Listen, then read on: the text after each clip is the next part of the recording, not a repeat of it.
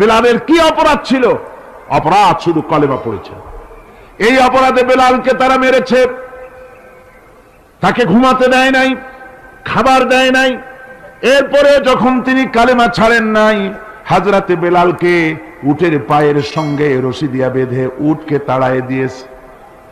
উট দৌড়াতেছে, বেলাল দড়ির মাথায় বাঁধা। বেলালের শরীরটা পাথরের সঙ্গে আঘাত লেগে লেগে পিঠের চামড়া ছেড়ে যায়, মাথার চামড়া ছেড়ে যায়। উট আর দৌড়াতে পারে না। তখন উটের পা থেকে হযরতে বেলালকে খসিয়ে নিয়ে উত্তপ্ত মরুভূমির উপরে বেলালের রক্তাক্ত শরীরটাকে চিৎ করে শুইয়ে দিয়ে কাফির বেঈমানেরা লোহার রড দিয়ে চতুর্দিকে দাঁড়িয়ে তাকে পিটাচ্ছে আর বলছে, বেলাল এখনো মুহাম্মদের সাল্লাল্লাহু আলাইহি সাল্লামের আল্লাহরে ভুলে যা, লাত মানাতের উপরে ঈমান আন। এমন কঠিন সময়ের ভিতরে হযরতে বেলাল একটা আঙ্গুল উঁচু করে বলছেন, আহাদ আহাদ আহাদ লা ইলাহা ইল্লাল্লাহ লা ইলাহা ইল্লাল্লাহ লা ইলাহা ইল্লাল্লাহ। একটু জোরে বলেন, লা ইলাহা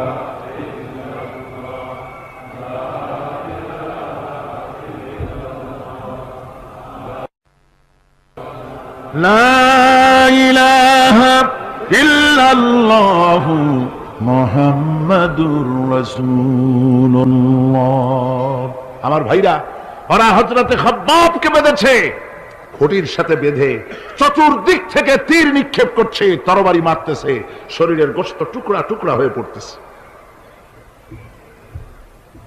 এরপরে কাফেরের নেতা বলতেছে, থামো, একটা কথা বলে নেই। জিজ্ঞেস করছে, খাব্বাব তোমাকে ছেড়ে দিতে পারি একটা শর্ত যদি মানো, তোমার পরিবর্তে এখানে এনে আল্লাহর নবীকে, তোমাদের নবীকে এনে বাঁধবো, তার উপর অত্যাচার করব, এটা যদি মানো তোমারে ছেড়ে দিতে পারি। এতক্ষণ ধরে যিনি তীর তরবারির আঘাত নীরবে সহ্য করতেছিলেন, এখন মানুষের এই কথার আঘাত তিনি সহ্য করতে পারলেন না। হযরতে খাব্বাব ডাক দিয়া বলেন, ও কাফির বেঈমানেরা শোনো, তোমাদের হাত দিয়া আল্লাহর নবীকে এখানে এনে, তোমাদের হাত দিয়ে তীর তরবারি তো দূরের কথা, তোমাদের নাপাক হাত দিয়া আল্লাহর নবীর গায়ে যদি একটা ফুলও নিক্ষেপ করো, আমার শরীরের ভিতরে এক ফোঁটা রক্ত থাকতে আমি তা বরদাস্ত করব না। চতুর্দিক থেকে মার আরম্ভ হয়ে গেল, গায়ের গোশত পড়ে যায়। হযরতে খাব্বাব মনে করলেন এখন তো আর জীবন বাঁচবে না, বুঝি মরে যাব। তিনি তখন বললেন, রব্বুল আলামিন, আমার তো সময় হয়ে এসেছে বোধহয়, আমার এখন জীবনের শেষ মুহূর্তে আমার মন চায় যদি দুইটা সেজদা তোমার দিতে পারতাম, 2 রাকাত নামাজ যদি পড়তে পারতাম, জীবনটা আমার খুশি হয়ে যেত। কিন্তু আমি বান্ধা, কেমন করে আমি সেজদা দেব? সেজদা দেওয়ার কোন উপায় আমার নাই। তবে কাবা শরীফের দিকে আবার মুখ ঘুরানো আছে, আমি আমার মাথাটা একটুখানি নিচু করে নিলাম। আমার এই মাথা নিচু করাকে আমার জীবনের শেষ সেজদা হিসেবে ধরে নিও।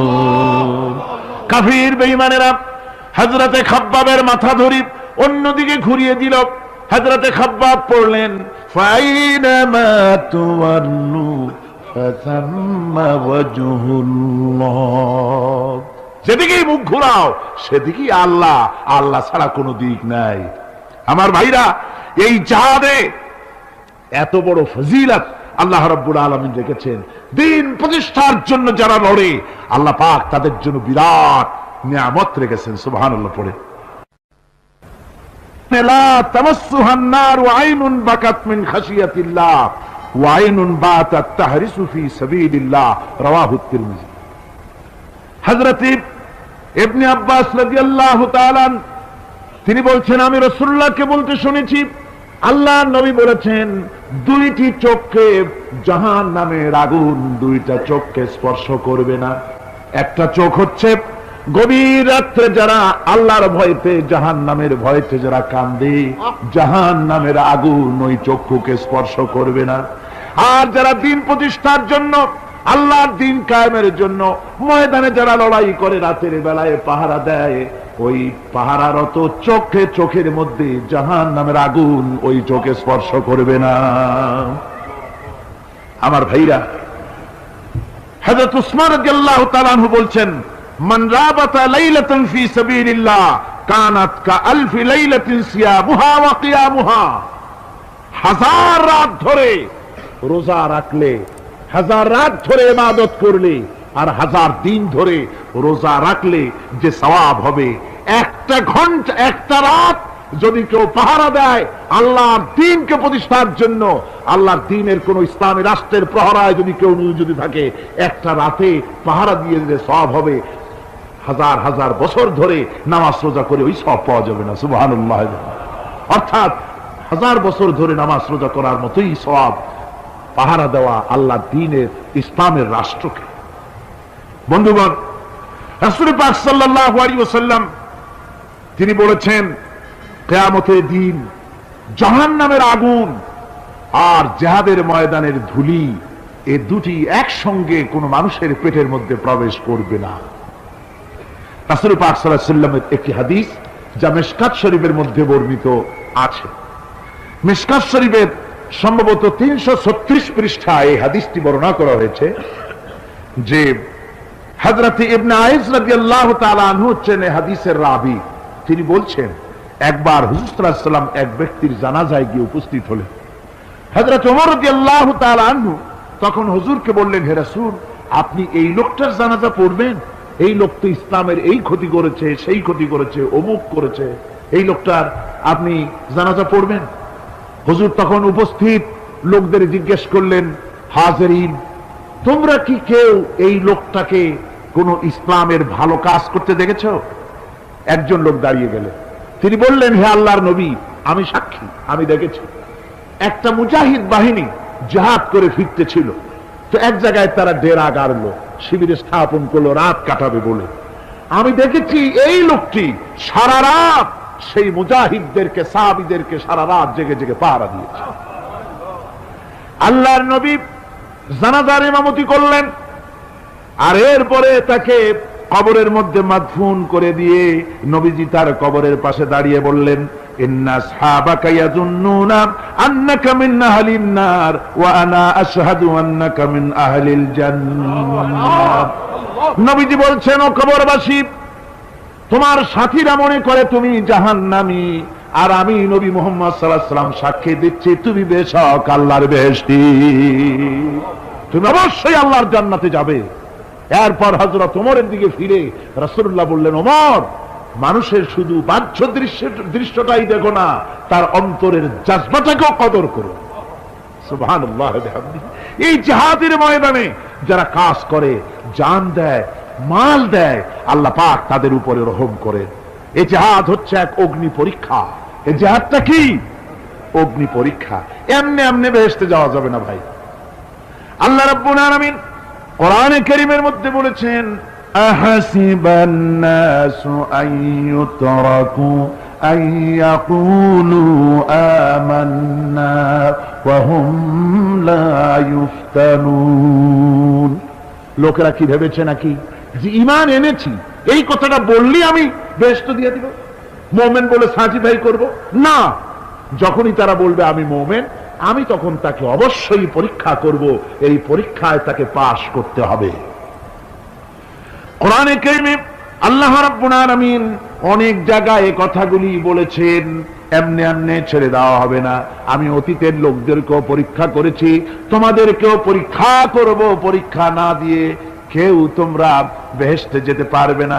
এই জমিনে তোমাদের আগুনের পরীক্ষা দিতে হবে। পয়গম্বরেরা কষ্ট করেছেন, সাহাবায়ে কিরাম কষ্ট করেছেন। আল্লাহ রাব্বুল আলামিন তিনি বলছেন, আম হাসিবতুম আন তাদখুলুল জান্নাতা ওয়া লাম্মা ইয়াতিকুম মাসালুল লাযীনা খালাউ মিন ক্বাবলিকুম মাসাতহুমুল বাসাউ ওয়াদ-দাররাউ ওয়া যুলজিলু হাত্তা ইয়াকুলার রাসূলু والذين معه متى نصر الله ألا إن نصر الله قريب। আল্লাহ রাব্বুল আলামিন বলেন, তোমরা কি মনে করেছো যে তোমরা বেহেশতে প্রবেশ করবে অথচ তোমাদের পূর্বে যারা এই পৃথিবীতে এসেছিল তাদেরকে আমি যেমন পরীক্ষা করেছি ওরকম পরীক্ষা এখনো তোমাদের উপরে আসে নাই, ওরকম বিপদও আসে নাই, মুসিবতও আসে নাই। এমন বিপদ এসেছিল নবীদের উপরে, সাহাবায়ে কিরামদের উপরে, যে বিপদে মানুষ জর্জরিত হয়ে গিয়ে নবী এবং তার সাথী সঙ্গীরা এ কথা তারা মুখ থেকে বেরিয়ে গেছে, মাতা নাসরুল্লাহ, আয় আল্লাহ তোমার মদত কখন আসবে, তোমার মদত কখন আসবে, মার খেতে খেতে তো শেষ হয়ে গেলাম। এইভাবে যখন মার আসে চতুর্দিক থেকে আর মুমিনেরা ময়দানে পা জমায় টিকে থাকে দিন প্রতিষ্ঠার জন্য, আল্লাহ তখন খুশি হয়ে এক সময় ঘোষণা করে দিবেন, আলা ইন্না নাসরাল্লাহি করিব, আর দেরি নাই, আমার মদত আমার সাহায্য তোমাদের জন্য অবধারিত। সুবহানাল্লাহ। আমার ভাইরা, বিষয়টা সহজ নয়।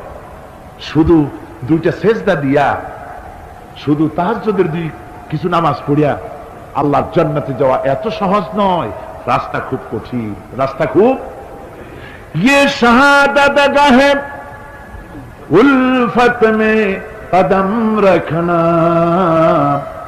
ये शहादत गाहे उल्फत में कदम रखना, लोग समझते हैं आसान है मुसलमान होना। এটা হলো শাহাদাতের উত্তপ্ত ময়দানে পা রাখা। লোকেরা মনে করে ইসলাম গ্রহণ করা, মুসলমান হওয়া বুঝি বড় সহজ ব্যাপার। এত সহজ না। আমরা হানফি মাসলাকের লোক, ইমাম আবু হানিফার মাসলাক অনুযায়ী চলি। আমরা মনে করি বেহেশতে এমনি যাব, কিন্তু আমাদের ইমাম সাহেব কি করছেন ওই ইতিহাস আমাদের জানা নেই। খাজা বাবার মহব্বতে অস্থির। রজব মাস আসলে পরে বড় বড় ডেক্সি চড়ায়, সেই ডেক্সির উপরে লাল শালু বিছায়, তারপরে টাকা পয়সা রোজগার বহুত করে। আসলে তো খাজা না, আসলে হচ্ছে ইয়া খাজা কুস্তু আজা, পেট তো ভর যা। পেট ভরার জন্য পয়সা করে ইনকাম করা। খাজার লা ইলাহা ইল্লাল্লাহ এই চিশতিয়া তরিকার জিকির গ্রহণ করা হয়েছে, কিন্তু চিশতিয়া তরিকা যে আরেকটা আছে, তারাগার পর্বতে পৃথিবীরাজের সঙ্গে লড়াই করা, সেইটার কাছে নেই আমরা, সেটা না। ইমাম আবু হানিফা শুধু মস্তাই বলেন নাই, দিন প্রতিষ্ঠার জন্য রক্ত দিয়েছে, ঠিক কিনা? 8 বছর, 8টি বছর পর্যন্ত কারারুদ্ধ ছিলেন। তাকে জিজ্ঞেস করা হয়েছে, ইমাম সাহেব জেলের মধ্যে তো আছেন, কষ্ট হয়? ইমাম সাহেব বলেছেন, না কষ্ট হয় না, তবে মাঝে মাঝে একটু কষ্ট হয় মনে। 2-4 মাস পর পর আমার বুড়ি মাকে এনে হাজির করা হয় জেলখানার মধ্যে, আর আমার মায়ের সামনে আমাকে পেটানো হয়, যেন মা আমাকে বলে যে এদের সাথে একমত হয়ে যা, সেই জন্য পেটানো হয়। আমার মা আমার মায়ের দেখে আর মায়ের চোখ থেকে পানি পড়তে থাকে, তখন আমার মনে বড় কষ্ট লাগে।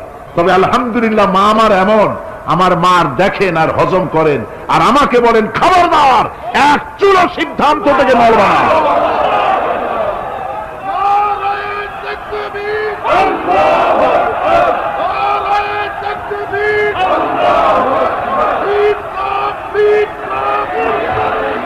আমার ভাইরা, ইমাম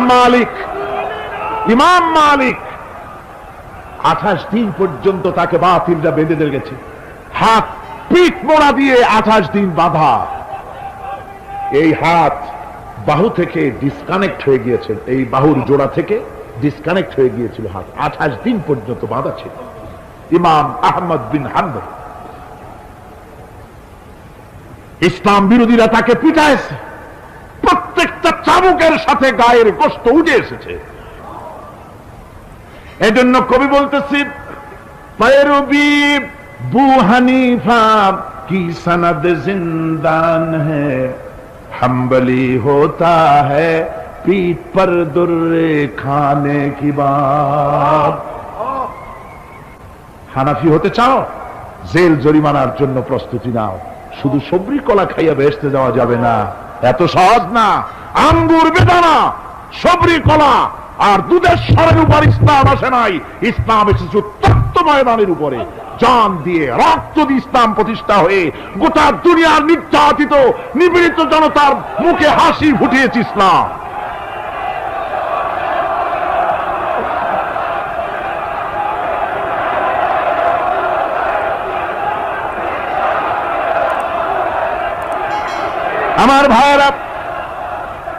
এই জিহাদ যখন শুরু হয়ে যাবে, মুসলমানেরা যখন আল্লাহর দয় বিধান কায়েমের জন্য যখন লড়াইয়ের ময়দানে যখন ঝাঁপায়া পড়বে, সে ময়দানে যদি তাদের অস্ত্র কম থাকে, জনসংখ্যা কম থাকে, আল্লাহ রাব্বুল আলামিন ওয়াদা করেছেন ওয়া কানা হাক্কান আলাইনা নাসরুল মুমিনিন। আল্লাহ রাব্বুল আলামিন বলেন, মুমিনরা যখন বিপদে পড়ে যায় তখন মুমিনদের সাহায্য করা আমি আল্লাহর জন্য ওয়াজিব হয়ে যায়। আমি আল্লাহর জন্য ওয়াজিব। আমার মুমিন ময়দানে মার খাবে আমার দ্বীনের জন্য, আর আমি তাকায় তাকে দেখবো না, তা হবে না। প্রাথমিক পর্যায়ে দেখবো যে তোমরা আসলেই দ্বীন প্রতিষ্ঠার জন্য লড়ো কিনা। তোমাদের বিবি বাল বাচ্চা তোমাদের সামনে শেষ হবে, ঘর বাড়ি চলে যাবে, চাকরি যাবে, সব যাবে, তারপরেও আমার দ্বীন প্রতিষ্ঠার জন্য ময়দানে টিকে থাকো কিনা। যদি তা থাকো তাহলে আমার মদত অবশ্যই পাবে। আর কাফিরদের বিরুদ্ধে বিজয়ের জন্য রব্বুল আলামিন বলেছেন ওয়া কাফাল্লাহুল মুমিনিনাল কিতালা ওয়া কানাল্লাহু কাবিয়্যান আজিজা। কাফিরদের বিরুদ্ধে লড়াইয়ের ময়দানে মুসলমানদেরকে সাহায্য করার জন্য আল্লাহই যথেষ্ট। কে যথেষ্ট? আল্লাহ যথেষ্ট। রব্বুল আলামিন বলেছেন ওয়ালা তাহিনু ওয়ালা তাহজানু ওয়া আনতুমুল আলাউনা ইন কুনতুম মুমিনিন। কোনো ভয় নাই, কোনো চিন্তা নাই, যদি তোমরা মুমিন হও আমি আল্লাহ রাব্বুল আলামিন তোমাদেরকে বিজয়ী করব। এই ওয়াদা কার? আল্লাহ। আল্লাহর ওয়াদা কখনো মিথ্যা হয়? আল্লাহ কি মিথ্যা কথা বলেন? নাউযুবিল্লাহ। ওয়ামান আসদাকু মিনাল্লাহি কিলা। আমি আল্লাহর চাইতে সত্যবাদী আর কে হতে পারে? আল্লাহ পাক বলছেন আমি সাহায্য করব তোমাদেরকে, যদি প্রয়োজন হয় তাহলে আমি ফেরেশতা দিয়ে সাহায্য করব। সুবহানাল্লাহ বলেন। আল্লাহ রাব্বুল আলামিন সূরা আল-আনফালের ভিতরে ঘোষণা করেছেন, দুনিয়ার মানুষকে তিনি শোনায় দিচ্ছেন নবীজির সঙ্গে সাহায্যের ব্যাপারে যে কথাবার্তাগুলি হয়েছিল।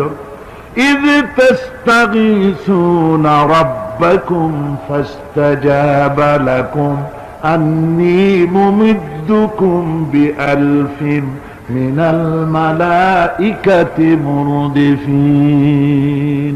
স্মরণ করো সেই সময়ের কথা যখন তোমরা আমার কাছে কাকুতি মিনতি করে সাহায্য কামনা করতেছিলে যে আমাদেরকে 1000 ফেরেশতা দিয়ে সাহায্য করা হোক। আল্লাহ পাক বলেন আমি ফেরেশতা দিয়ে তোমাদেরকে ময়দানে সাহায্য করেছি, জিহাদের ময়দানে। সুবহানাল্লাহ বিহামদিহি। আল্লাহ রাব্বুল আলামিন বলেন তোমরা যখন সাহায্য প্রার্থনা করেছিলে আমি সাহায্য তোমাদের দিয়েছি। স্মরণ করো সেই সময়ের কথা যখন তোমাদের নবী তোমাদেরকে বলেছিল ইয তাকুনু লিল মুমিনিনা আলাইয়াকফিয়াকুম আইয়ুমিদ্দাকুম রাব্বুকুম বিসালাসাতিন আলাফিন মিনাল মালাইকাতি মুনজিলিন। আল্লাহ রাব্বুল আলামিন বলেন আমি এইভাবে করে যখন তোমাদের নবী তোমাদেরকে বলেছিল যে তোমাদের জন্য এটা কি যথেষ্ট নয় যে আল্লাহ পাক তোমাদের জন্য 3000 দিয়ে ফেরেশতা নাজিল করবেন, আমি তখন 3000 ফেরেশতা নয় বরং 5000 ফেরেশতা দিয়ে তোমাদেরকে সাহায্য করার ওয়াদা করেছি।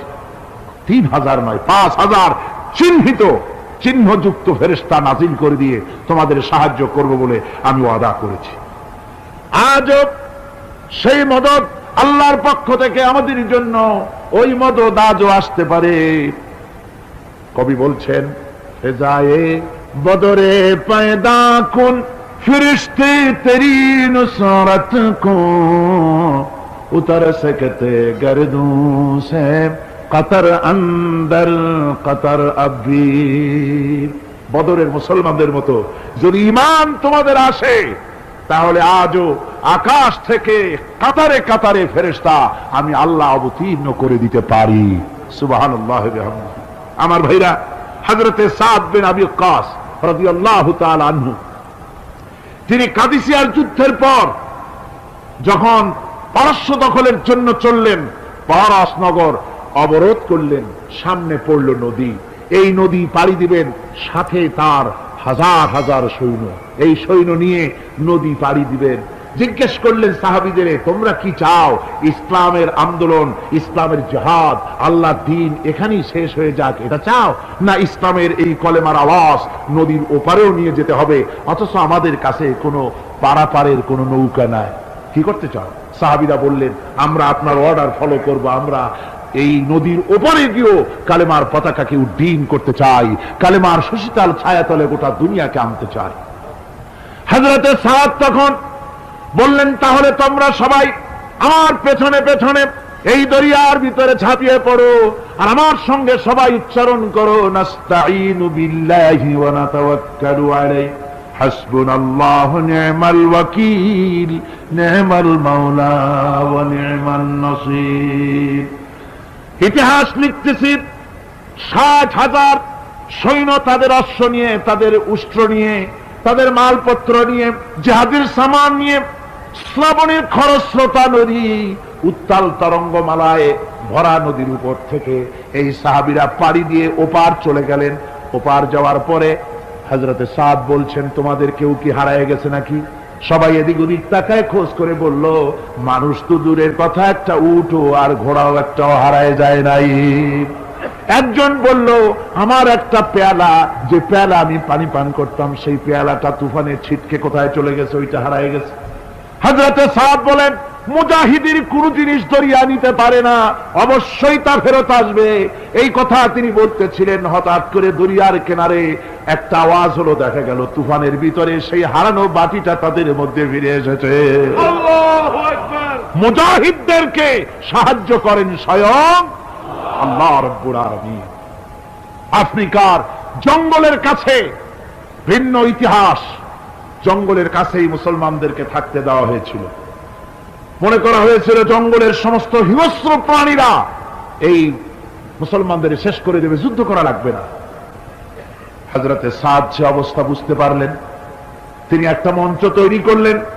সেই মঞ্চের উপরে দাঁড়ায় জঙ্গলের প্রাণীদের দিকে লক্ষ্য করে তিনি নোটিশ জারি করে দিলেন, বললেন, ইয়া আইয়াতুহাল হাশারাতু ওয়াস-সিবাউ নাহনু আসহাবু রাসূলুল্লাহ সাল্লাল্লাহু আলাইহি ওয়াসাল্লাম। হে জঙ্গলের হিংস্র প্রাণীরা, আমরা আল্লাহ রাসূলের সাহাবী, ফাইন্না নাজিলুনা ফামান ওয়াজাদনা বাদাহু কাতালনাহু। আমরা রাসূলের সাহাবী, এইখানে আল্লাহর দ্বীনকে কায়েম করার জন্য আমরা এসেছি, আল্লাহর কলেমার আওয়াজ নিয়ে আমরা এখানে রাত কাটাবো। সুতরাং এই জঙ্গলের ভিতরে হিংস্র প্রাণী যত আছো, সব আমাদের এই জায়গা ছেড়ে অন্যত্র চলে যাও। আফ্রিকার জঙ্গলি মানুষেরা চিন্তা করলো, মানুষের কথা কি জঙ্গলি প্রাণীতে শোনে না, কে পাগলে কয় কি? তারা তাকায় তাকায় দেখলো, হযরতে সাদের এই ঘোষণার পরে বাঘের কাতারে বাঘ, সিংহের কাতারে সিংহ, সাপের কাতারে সাপ, যার যার ডিম আর বাচ্চাগুলি মুখে কামড়াইয়া সাহাবীদের এলাকা ছেড়ে দিয়ে তারা অন্যত্র চলে গেল। আমার মুসলমান ভাইরা, এই ছিল মুসলমানদের ইতিহাস। দ্বীন প্রতিষ্ঠা করার কাজে মুসলমান এগোলে আল্লাহই মদত করেন। কে মদত করেন? বিশ্বকবি, কবি সম্রাট আল্লামা ইকবাল রহমতুল্লাহ আলাইহি বলেছেন, দস্ত দস্ত হে দরিয়া ভি না ছোড়ে हमने, दस्त दस्त है दरिया भी न छोड़े हमने, बहर जुल्मत पे दौड़ा दिए घोड़े हमने। আমরা সেই মুসলমান, প্রান্তর তো প্রান্তর, আমরা দরিয়ার খরস্রোতা উত্তাল তরঙ্গের উপর থেকে ঘোড়া দাবড়িয়ে আফ্রিকার ভূখণ্ডে কালেমার পতাকা আমরা উড্ডীন করেছি। আমরা সেই মুসলমান।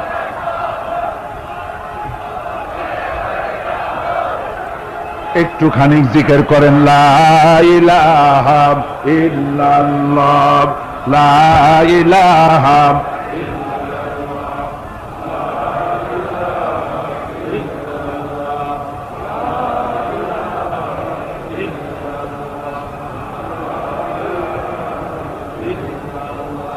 লা ইলাহা ইল্লাল্লাহু মুহাম্মাদুর রাসূলুল্লাহ। সমুদ্রের ঢেউকে, দাজলা নদীর ঢেউকে আল্লামা ইকবাল স্মরণ করে দিচ্ছেন, ও দরিয়ার ঢেউ, ऐ मौजूदा जला तू भी पहचानती है हमको, अब तक है तेरा दरिया अफसाना हमारा। হে টাইগ্রিসের উত্তাল তরঙ্গমালা, নিশ্চয় তোমার ভুলে যাওয়ার কথা নয় যে তোমার উপর থেকেই আমরা দরিয়া পার হয়ে ওপারে গিয়ে কালেমার পতাকা উড্ডীন করেছিলাম। আমরা সেই মুসলমান, আজ ইসলামী চেতনা হারায়া আমরা আজকে দুনিয়ার মধ্যে সবচাইতে লাঞ্ছিত, পদদলিত, হেয় প্রতিপন্ন জাতিতে পরিণত হয়েছি।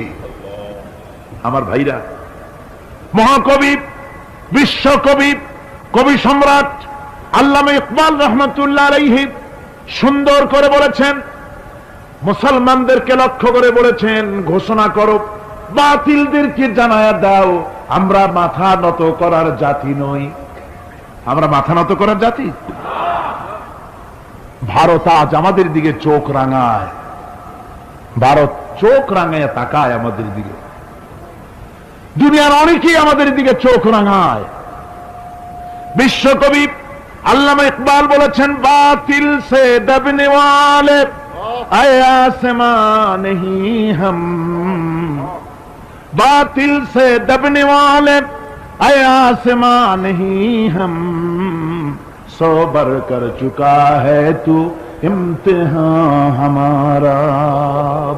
বাতিলের সামনে মাথা নত করার জাতি আমরা নই। ওই আকাশ সাক্ষী, এ জমিন সাক্ষী, আমরা মাথা দিয়েছি কিন্তু মাথা নত করি নাই, শির দিয়েছি আমামা দেই নেই, সে জাতি আমরা। সুবহানাল্লাহ। সেই জাতি আজ দুনিয়ার বুকে লাঞ্ছিত, পদদলিত হচ্ছে। কারণ কি? কারণ হচ্ছে একমাত্র এই যে আমরা আমাদের জীবনের উদ্দেশ্য ভুলে গিয়েছি। আমার ভাইয়েরা, আল্লাহর এই রাস্তায়, আল্লাহর এই দিন প্রতিষ্ঠার জন্য লড়াই হবে, জেহাদ হবে। জেহাদের কথাই বলতেছি। এই জেহাদ হলো পৃথিবীর নির্যাতিত, নিপীড়িত মানুষের মুক্তির জন্য জেহাদ। জেহাদ কি জন্যে? আমরা রাষ্ট্রপ্রধান হব, আমরা দেশ দখল করব, নেতৃত্ব দিব, এজন্য নয়। আমরা জেহাদ করব মানুষকে, মানুষের তৈরি করা মতবাদ, নির্যাতন থেকে, জুলম থেকে, অত্যাচার থেকে মানুষকে বাঁচাবার জন্য, মানবতা নিগৃহীত, নির্যাতিত মানবতার মুখে মুক্তির হাসি ফুটাবার জন্য আমরা করব লড়াই। সেই লড়াইয়ে এগিয়ে আসতে হবে তরুণদেরকে। কাদেরকে? জোরে বলতে হবে, কাদেরকে? তরুণদের আসতে হবে, যুবকদের আসতে হবে।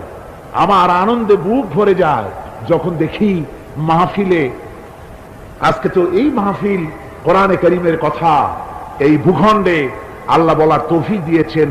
35টি বছর পার হয়ে গেছে, জীবনের 35টি বছর কোরআনে কারীমের সামান্য একটু খেদমত করার তৌফিক আল্লাহ পাক দান করেছে। যখন এই কাজ প্রথম শুরু করি তখন দেখেছি মাহফিলে যারা আসে তাদের 95% দাড়ি পাকা বুড়া মানুষ। কিন্তু দিন যত যেতে লাগলো, 71 পার হয়ে গেল, 72, 73, 74 এলো, আস্তে আস্তে দেখা গেল চিত্র উল্টে গেল। আজ মসজিদে তরুণদের জন্য জায়গা পাওয়া যায় না। যারা মসজিদে যায় সব তরুণ। যারা আগে হজে যেত সব বুড়া মানুষ, পাপ করার আর কোন বয়স নাই, তখন যাইতো হজ করতে। এখন আলহামদুলিল্লাহ তরুণেরা যায় হজ করতে বেশিরভাগ। আজকের মাহফিল দেখুন, দাঁড়ায় দেখতে বলি নেই, জায়গায় বসে আর ডাইনে বা একটু তাকায় দেখেন কারা বেশি, দাড়ি পাকা না যুবক? যুবক আর তরুণ দিয়ে আল্লাহর এই মুজাহিদ, আল্লাহর এই গোলামদের দিয়ে আল্লাহ মাহফিল ভরে দিয়েছেন। জোরে কোন সুবহানাল্লাহ, জোরে কোন আলহামদুলিল্লাহ। এই তরুণ যুবকরাই হচ্ছে ইসলামের সম্পদ। ইসলামের সম্পদ কে? তরুণ আর যুবকেরা। তোমাদের অবদান ইসলামে সব চাইতে বেশি। মনে রাখবেন যুবকেরা, শোনো, ইসলাম প্রতিষ্ঠিত হয়েছে তোমাদের রক্তের উপরে। কাদের রক্তের উপরে? যুবকদের রক্তের উপরে। যারা ইসলাম প্রথম কবুল করেছিলেন তারা কিন্তু বুড়ো ছিলেন না কেউ, প্রথম যে ব্যক্তি ইসলাম কবুল করলেন হযরতে সাইয়্যিদুনা আবু বকর সিদ্দিক রাদিয়াল্লাহু তাআলা আনহু, বয়স ছিল 37 বছর। 37 বছর বয়সে দাঁত টাত পড়িয়া খুনখুনা বুড়া হয়ে গেছিল নাকি? হযরত ওমর ইসলাম যখন কবুল করেন তখন তিনি ছিলেন 26 বছরের টকবগে যুবক, যৌবনের রক্ত পা এবং মাথা পর্যন্ত শিরায় উপশিরায় ধাবমান এই যুবক হযরত ওমর 26 বছর বয়সের সময় ইসলাম কবুল করেন। হযরত আব্দুর রহমান বিন আউফ যখন ইসলাম কবুল করেন বয়স ছিল মাত্র 17 বছর। হযরত আলী যখন ইসলাম কবুল করেন তখন বয়স ছিল মাত্র 8.5 বছর। তোমাদের মতো তরুণেরা, যুবকেরাই সর্বপ্রথম কলেমার পতাকা ধারণ করে রাসূলকে সাহায্য করেছিল। সুবহানাল্লাহ।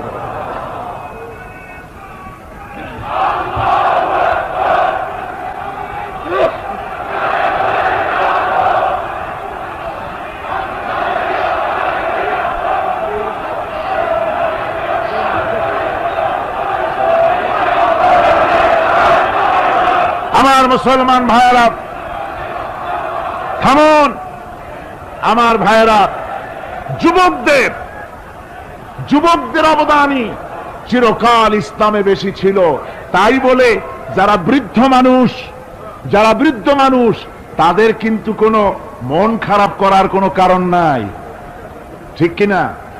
যেহেতু আমরা যারা বয়সের প্রান্তে এসে গেছি আমরাও যৌবন কালটা পেরিয়ে এসেছি, ঠিক কিনা? আরেকটি কথা, কিয়ামতের দিন কোন বুড়ো মানুষ বেহেশতে যাবে না, সব যুবকরা যাবে।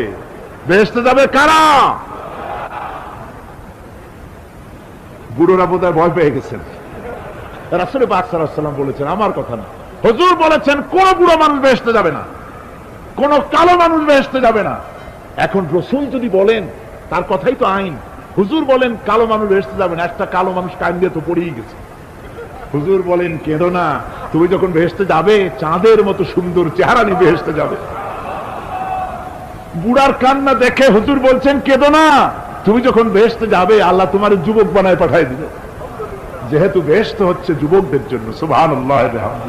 অত নাজ নিয়ামত, অত আনন্দ, বুড়া মানুষে তো খাইয়ে খুইয়ে বেহেশত নষ্ট করি ভালো লাগে। এই জন্য যৌবন দরকার, স্বাস্থ্য দরকার বেহেশত উপভোগ করার জন্য। সেই জন্য বেহেশতে যাবে কারা? তরুণেরা যাবে। কারা যাবে? তরুণ তরুণী দিয়ে আল্লাহ পাক বেহেশত ভরে ফেলবেন। সুবহানাল্লাহ। আমার তরুণেরা, যুবকেরা শোনো, রাসূলুল্লাহ তোমাদের কত সম্মান দিয়েছেন। কে সম্মান দিয়েছেন? রাসূলুল্লাহ। রাসূলুল্লাহ এক জায়গায় বক্তৃতা করতেছিলেন, বক্তৃতা করছে, এমন সময় দেখা গেল একজন তরুণ সাহাবী, নাম তার জারীর রাদিয়াল্লাহু তাআলা আনহু, চাঁদের মতো চেহারা তার ছিল, খুব সুন্দর চেহারা ছিল তার। হযরত জারীর বসতে না পেরে জায়গা পায় না, দাঁড়ায় আছে। রাসূল নিজের গায়ের চাদরটা খুলে জারীরের দিকে নিক্ষেপ করলেন, বললেন জারীর দাঁড়িয়ে আছো, আমার চাদরের উপর বসো। সুবহানাল্লাহ। হযরত জারীর রাসূলুল্লাহর চাদর নিয়ে চুমা খাইতে লাগলেন, বললেন আকরামাকাল্লাহ কামা আকরামতানি ইয়া রাসূলুল্লাহ। হে রাসূল, আল্লাহ আপনার সম্মান আরো অনেক বাড়িয়ে দিক, যেমন আপনি আমাকে মর্যাদা দিলেন। হে রাসূল, আপনার চাদরে পৃথিবীর কোন মানুষ বসতে পারে? আমার তরুণ ভাইয়েরা, আমার যুবক ভাইয়েরা, তোমাদেরকে রাসূল মহব্বত করতেন, ভালোবাসতেন সবচেয়ে বেশি। তোমরা আজ বাতিলের শিকার। কার শিকার? বাতিলের শিকার। তোমাদেরকে কি দেওয়া হয়? যে সব রাজনৈতিক দলের যুবক যারা তোমরা এখানে আছো, জিজ্ঞেস করি তোমাদের নেতারা তোমাদেরকে কি দেয়? দেয় অস্ত্র, দেয় টাকা, দেয় নারী ভোগ করার জন্য পয়সা, তোমাদের চরিত্র ধ্বংস করার জন্য সব রকমের হাতিয়ার তুলে দেয়। তোমাদের হাতে শোভা পায় কলম, হাতে শোভা পায় খাতা, হাতে শোভা পায় বই। বই খাতা কলমের পরিবর্তে তোমাদের নেতারা তোমাদের হাতে তুলে দেয় স্ট্যান্ড গান, তুলে দেয় হেরোইন, তুলে দেয় টাকা। এরা তোমাদের নেতা নয়, এরা তোমাদের জীবনের দুশমন। জোরে বললেন কি?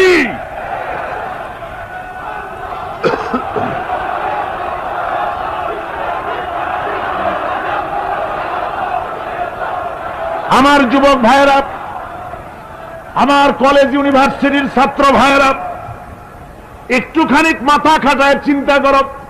তোমার নেতারা যারা ঢাকা থেকে আসে বা এখানে বাস করে, ওই নেতারা যখন রাজনৈতিক প্রোগ্রাম করতে আসে তখন কি একবারের জন্য তোমাদেরকে বলে, ও ছেলেরা তোমরা কি নামাজ ঠিক মতো পড়ো কিনা? বলে? এই যে রোজা আসতেছে, খবরদার বাবারা তোমরা রোজা রেখো, এরকম কথা বলে নাকি? তোমার উস্তাদদের সম্মান করো, এ কথা বলে নাকি? বরং টাকা দেয়, পয়সা দেয়, যে শিক্ষক তোমার মতের উল্টা করবে ঠ্যাঙ্গাইয়া জনমের মতো টাইট করে দিবা, ঠিক কিনা? তোমার নেতারা কি কোনোদিন বলে নাকি, ও আমার সংগঠনের ছেলেরা মা বাপের খেদমত করবে, মা বাপের সম্মান করবে, খবরদার মা বাপের সঙ্গে বেয়াদবি করবে না, সন্ত্রাস করবে না, অস্ত্রবাজি করবে না, মানুষকে কষ্ট দিবে না, এমন কোনো কথা বলে না? আমার যুবকেরা শোনো, ওরা টাকা দিয়ে, অস্ত্র দিয়ে, পয়সা দিয়ে, মদ দিয়ে ওরা নিজেদের ক্ষমতা টিকায় রাখার জন্য তোমাদেরকে লাঠির মতো ব্যবহার করে। সুতরাং আজকে তরুণদেরকে বুঝতে হবে, তরুণেরা ভালো করে বোঝো, তোমরা রাসূলের সৈনিক।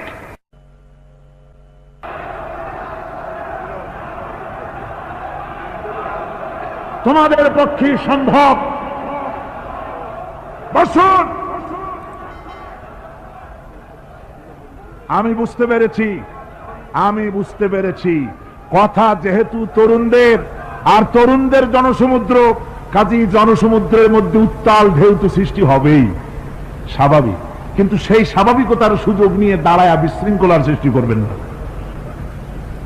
আমার ভাইরা, আমরা ইসলাম আমাদের আদব শিক্ষা দেয়। কি শিক্ষা দেয়? আদব। শুধুমাত্র কোন লোক পেশাব পায়খানার কথা বললে তাকে রাস্তা ছেড়ে দেবেন, যেতে বলবেন, তা না হলে তো আপনাদেরই অসুবিধা হবে। কথা বুঝতে পেরেছেন? বাকি কেউ উঠবেন না, দাঁড়াবেন না। এত বড় বেহেশতি মাহফিল জীবনে আরেকবার পাবো কোন নিশ্চয়তা আছে? আপনি আমাকে বলেন, আল্লাহর আকাশের নিচে, জমিনের উপরে এর থেকে শ্রেষ্ঠ কোন মাহফিল আছে নাকি? কারণ এ মাহফিল কোরআনের মাহফিল। কিসের মাহফিল? এর থেকে শ্রেষ্ঠ মাহফিল আল্লাহর আকাশের নিচে, জমিনের উপরে হতে পারে না। সুতরাং বেয়াদবি কেউ করবেন না। তরুণেরা, যুবকেরা, তোমাদের এগিয়ে আসতে হবে। নির্যাতিত মানবতার পাশে তোমাদেরকে দাঁড়াতে হবে। আজ শ্রমিকরা তাদের ন্যায্য পাওনা পাচ্ছে না, কৃষক তাদের উৎপাদনের মূল্য পাচ্ছে না, নারী তার সতীত্বের গ্যারান্টি পাচ্ছে না। মানুষেরা আজ নির্যাতিত, নিপীড়িত। সারা পৃথিবীতে Bosnia, Algeria, Somalia, Palestine, Kashmir, Burma, Philippines, Bharat, পৃথিবীর সর্বত্র নির্যাতিত মুসলমানদেরকে বাঁচাবার জন্য আমার খালিদ বিন ওলীদের উত্তরসূরিরা, সালাউদ্দিন আইয়ুবী, জামালউদ্দিন আফগানি, হযরত আলী উত্তরসূরি, আজকের মাহফিলের যুবক আর তরুণরা, তোমরা কি রক্ত দিতে পারবে?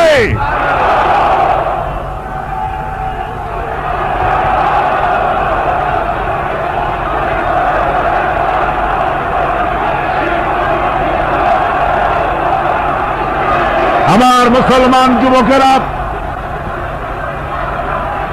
আল্লাহর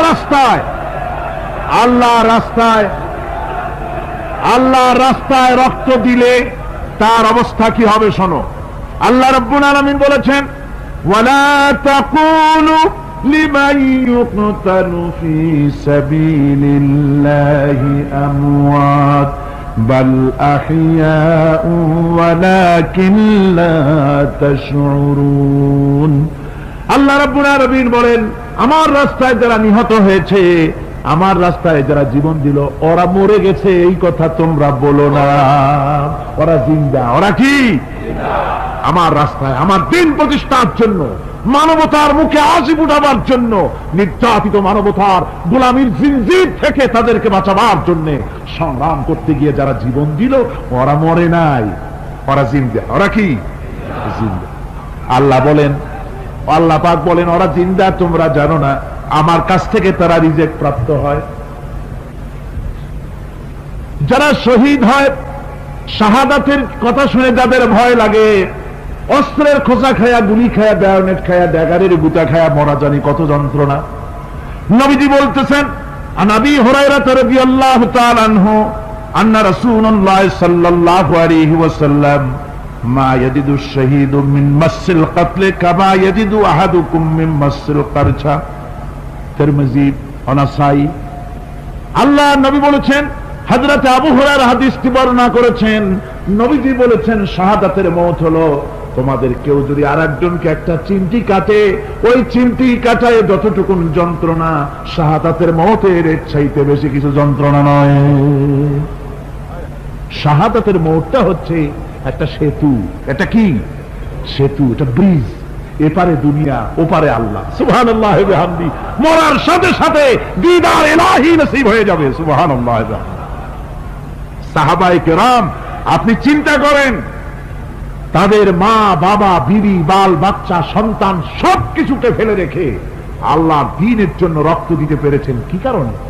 জীবনকে তাদের কাছে তুচ্ছ মনে হয়েছে। এই জীবন জীবন নয়, ওই জীবনই তো সবচেয়ে সেরা জীবন, যে জীবনে আমার মাওলা আমার উপরে খুশি হয়ে যাবে। সুবহানাল্লাহ, আমার মাবুদ আমার উপরে খুশি হয়ে যাবে। ওইটা হচ্ছে সবচেয়ে নিয়ামতের মওত। এই জন্য হুজুর সাল্লাল্লাহু আলাইহি ওয়াসাল্লাম বলেছেন, কেউ যদি শাহাদাতের তামান্না করে দিল থেকে, সে যদি তার বিছানায়ও মরে, আল্লাহ পাক ওটাকে শাহাদাত হিসেবে ধরে নেবেন।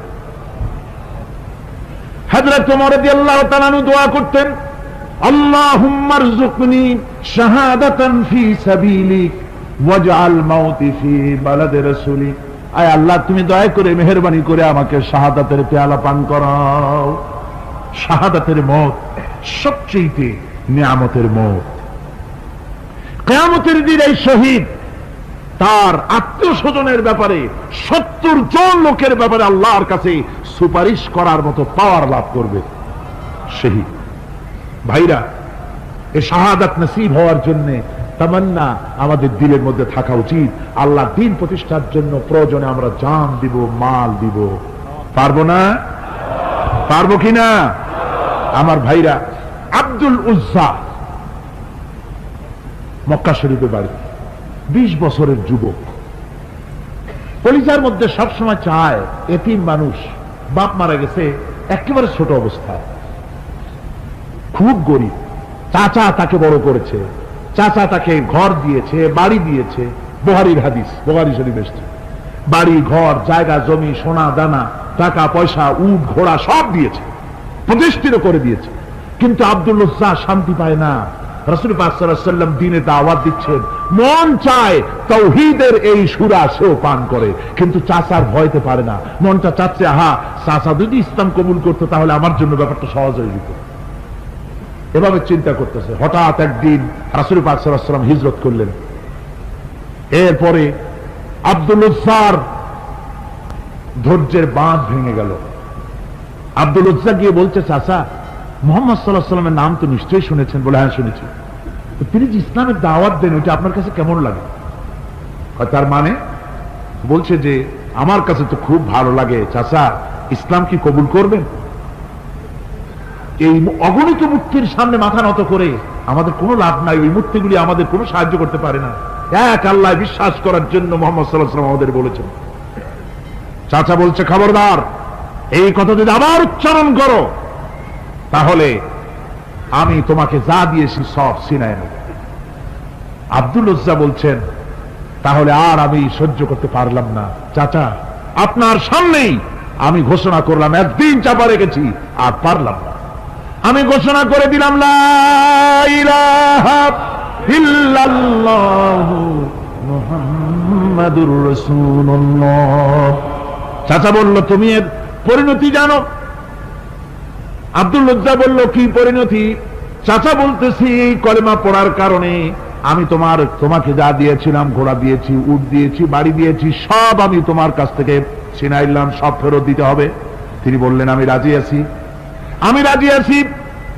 আপনি আমার সোনা দানা ঘোড়া উট আর ঘর বাড়ি যা দান করেছেন, এই দুনিয়াটার মালিকও যদি আমারে বানাই দিতেন, আমি এর বিনিময়ে কলেমা পড়া থেকে আর আমি নিজেকে থামাই রাখতে পারি না। বলে, আমার সব আমাকে ফেরত দাও। বলল, দিলাম, যা আপনি দিয়েছেন সব আপনাকে ফেরত দিলাম। চাচা বলছে, জায়গা জমি টাকা পয়সা সোনা দানা সব পেলাম, তোমার গায়ে যে জামা, তোমার পরনে যে লুঙ্গি, ওটা আমার টাকার খোলো। আব্দুল উজ্জা বললেন, আপত্তি নাই, জামা খুলে দিলেন, পরনের লুঙ্গিটাও খুলে দিলেন। 20 বছরের যুবক এই অবস্থায় চলে গেলেন মায়ের কাছে। মা আব্দুল উজ্জাকে এই অবস্থায় দেখে 2 চোখ চেপে ধরলেন, বললেন, বাবা, তোমার এই অবস্থা কেন?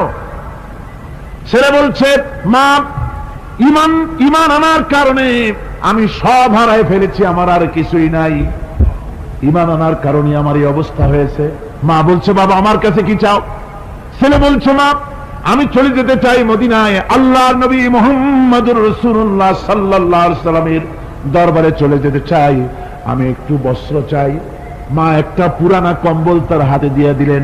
আব্দুল উজ্জা কম্বলটাকে ছিঁড়ে এক টুকরা কোন রকম হাঁটুর উপরে জড়ায় নিলেন, আর এক টুকরা গায়ে দিয়ে নিলেন। আব্দুল উজ্জা আবার বহু কষ্ট করে মরুভূমি পাড়ি দিয়ে মদিনা মুনাওয়ারায় চলে গিয়ে বাবি জিবরিল থেকে ঢুকে আসহাবে সুফফার চবুতরার সামনে বসে আছেন, ছেঁড়া কম্বল পরা।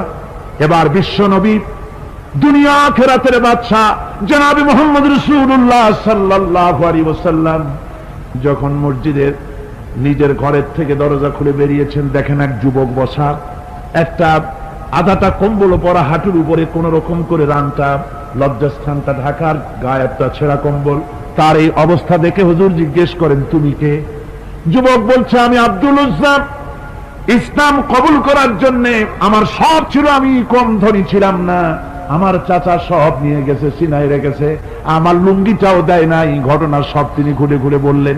হুজুর বললেন, তোমার নাম আব্দুল উজ্জা নয়, তোমার নাম আব্দুল্লাহ। আব্দুল্লাহ জুলবাজাদাইন তার নাম। হযরত আব্দুল্লাহ জুলবাজাদাইন কি রাসূলুল্লাহ দিয়ে দিলেন, আসহাবে সুফফাদের সাথে মিলাই দিলেন, এখানে থাকো, খাবার আসতে পরে খাবে। তাদের সব সময় খাবার থাকতো না। আসহাবে সুফফায় তারা থাকতেন যাদের ঘর নাই, বাড়ি নাই, থাকার জায়গা নাই।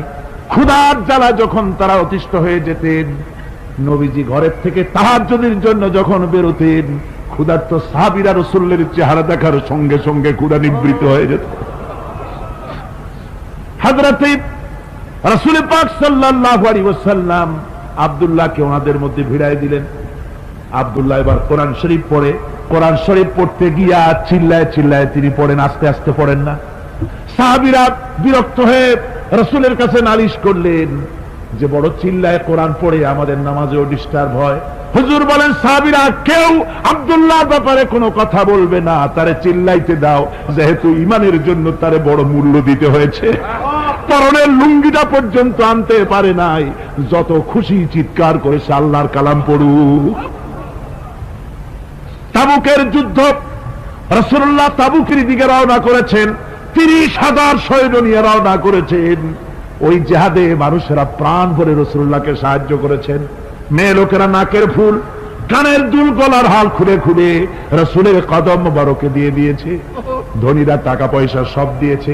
হযরত আবু বকর তো যা ছিল সব এনে দিয়েছে, কিছু ছিল না ঘরে। রাসূল রওনা করলেন।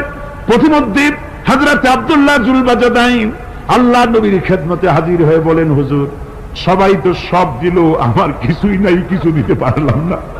হুজুর আপনি আমার জন্য দোয়া করেন, আমি যেন এই তাবুকের ময়দানে কাফেরদের বিরুদ্ধে লড়াই করে যেন শহীদ হয়ে যেতে পারি।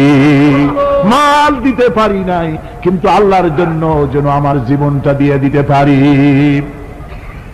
ও চট্টগ্রামের যুবকেরা, তরুণেরা, তোমাদের মতো 20 বছরের তরুণ হযরত আব্দুল্লাহ জুলবাজাদাইন শাহাদাতের তামান্না করে রিসালাতে মাহবের কাছে দাঁড়িয়েছে। হুজুর বললেন, একটা গাছের বাকল নিয়ে আসো। একজন একটা বাকল নিয়ে এলো। রাসূলুল্লাহ এই বাকলটা আব্দুল্লাহ জুলবাজাদাইনের হাতে লাগাই দিলেন। রাসূলুল্লাহ বললেন, আয় আল্লাহ, আমি আব্দুল্লাহর রক্ত কাফেরদের জন্য হারাম করে দিলাম। হযরত আব্দুল্লাহ বলছেন, ইয়া রাসূলুল্লাহ, আমি চাইছিলাম শহীদ হব, আর আপনি আমার রক্তটা হারাম করে দিলেন কাফেরদের জন্য।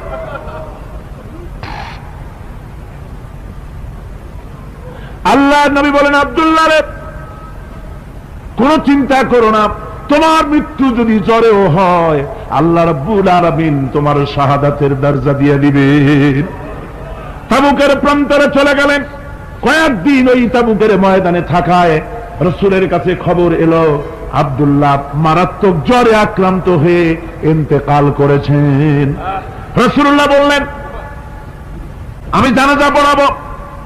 হযরত আব্দুল্লাহ জানাজা হলো গভীর রাত। কবরের ভিতরে একজন দাঁড়ায়া লাশ ধরার জন্য একজন কবরের ভিতরে দাঁড়িয়েছে। 2 জন লোকে লাশ নিয়ে আসতেছে। হযরতে বেলাল আলো উঁচু করে দাঁড়ায় ধরে আছে, অন্ধকার রাত, কবরের ভিতরে একজন দাঁড়ানো, লাশ নিয়ে এসেছে দুজনে, কবরের ভিতরে যিনি দাঁড়ানো তিনি বলছেন, এই লাশকে তোমাদের ভাইকে আদবের সাথে কবরে রাখো। কবরের মধ্যে যিনি দাঁড়ানো তিনি আর কেউ নয়, বিশ্বনবী মুহাম্মদুর রাসূলুল্লাহ সাল্লাল্লাহু আলাইহি ওয়াসাল্লাম। হযরত রাসূলুল্লাহ বলতেছেন, আবু বকর ওমর, তোমাদের ভাইকে আদবের সাথে কবরে রাখো, খবরদার বেয়াদবি করো না। কবরের মধ্যে আল্লাহ নবী আব্দুল্লাহ জুলবাজাদাইনকে নিজ হাতে শোয়াই দিয়া কবরের উপরে পাথর বিছিয়ে দিয়ে নবীজি বললেন, রব্বুল আলামিন, আজকের এই সন্ধ্যা পর্যন্ত আমি আব্দুল্লাহর প্রতি রাজি ছিলাম, তুমিও আব্দুল্লাহর প্রতি সন্তুষ্ট হয়ে যাও। হযরত ইবনে মাসউদ রাদিয়াল্লাহু তাআলা আনহু বলেন, আমি চিৎকার মেরে কেঁদে কেঁদে বললাম, আল্লাহ, আজকে যদি এই কবরে আব্দুল্লাহ না হয়ে আমি হতাম, আমার কিসমতটা ভালো হয়ে যেত। যুবকেরা, ও তরুণ মুসলমানেরা, তোমরাই রক্ত দিয়ে ইসলাম কায়েম করেছো। কে কায়েম করেছে ইসলাম?